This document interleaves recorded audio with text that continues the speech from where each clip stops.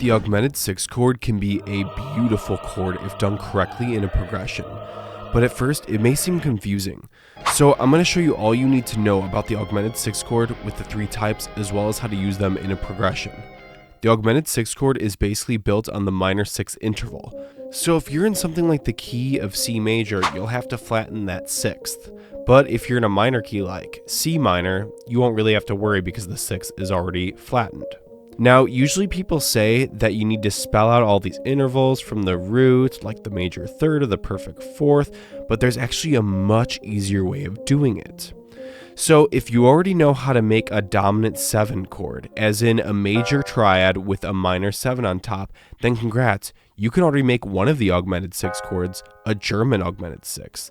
That's because the German augmented 6 chord is the same spelling as a dominant 7 chord, but it's starting on that flatted 6th interval. So in the key of C major, if you have an A flat as your root, all you'd have to do is spell out a dominant 7 chord out of A flat. Now, there's only one exception to this that you'll have to pay attention to. Basically, the G flat should be labeled as an F sharp, which is why it's actually called the augmented 6, because the interval from the root of the chord to that augmented 6th interval.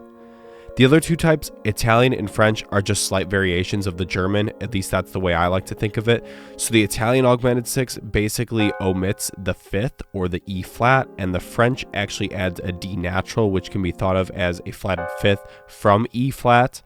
So they all have slightly different really cool sounds for it, and honestly, how can we use this in a chord progression? Well, most augmented 6 chords act as predominant chords, so placing it before the 5 chord usually works best. The augmented 6 chord was really big in the classical era, so guys like Mozart really like their augmented 6 chords. But that's pretty much it. You can experiment with it with your composing, with your shredding, and all that good stuff, and I'll see you guys in the next video.